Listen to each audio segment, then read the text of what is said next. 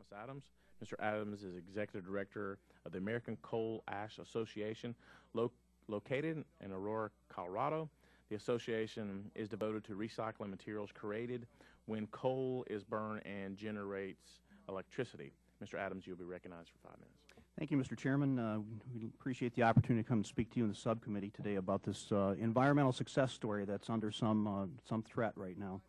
Our association has a diversity of membership from very large utilities to very small businesses. Many of our members, a great number of them, are small businesses, include entrepreneurs that are bringing marketing and technical and contracting services to the market, and also bringing innovation to the market that will increase the beneficial use of coal combustion products and expand them so that we're using more recycled materials and less virgin material, contributing to sustainability. Our production and use survey is conducted annually. For the last survey in year 2008, we determined 136 million tons of CCP were generated, which is the second largest waste stream in the country. Of that 136 million tons, 44% or 60 million tons were recycled. Only 10 years ago, that recycling rate was 30%. So in 10 years, we've increased our recycling almost 50%. Not in small measure, including support from the EPA under its Coal Combustion Products Partnership, C2P2. It's curious to hear EPA testify that they support recycling, yet they've taken this program, which has gone a long way to expanding recycling, and suspended it and pulled down its website. So if EPA does, in fact, support recycling, they shouldn't be taking unilateral actions like that deprive people of information on how to safely recycle. We want to keep to the time limits here and get right to the point. The stigma is real.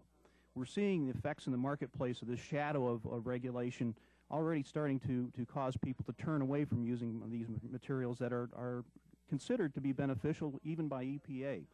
When we take a look at the marketplace and we see that consumers have a choice between using a material which may be considered hazardous for some reason or choosing another product which doesn't have that stain or that stigma, the rational choice is to use the non-hazardous product, and that's where this stigma concern is coming from.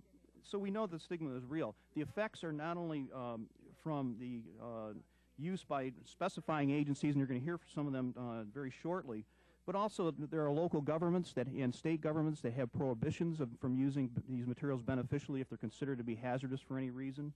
Professional liability insurance may not be available for those designers who include these materials in their projects. And our small businesses are very concerned that venture capital is going to dry up, that the folks that provide that venture capital are not going to be willing to put their money into a product or a service that has a potential hazardous waste label stuck on it. In an effort to address these disposal problems, and we all know that there's a disposal problem as indicated here in the testimony today, the EPA has created a potential through that Subtitle C proposal to cripple, if not destroy, an industry that's heavily populated with small business which provides substantial environmental and economic benefit to society. We do know that there is a better way, and we'd like to suggest to you the better way is for Congress to provide Subtitle D national enforcement authority to EPA. EPA itself has said publicly that Subtitle D rules are appropriate, and now we'd like to see them have that tool so that we can get to that middle ground that you talked about, Mr. Chairman, where we can compromise, protect human health and the environment, and continue to promote recycling. Thank you.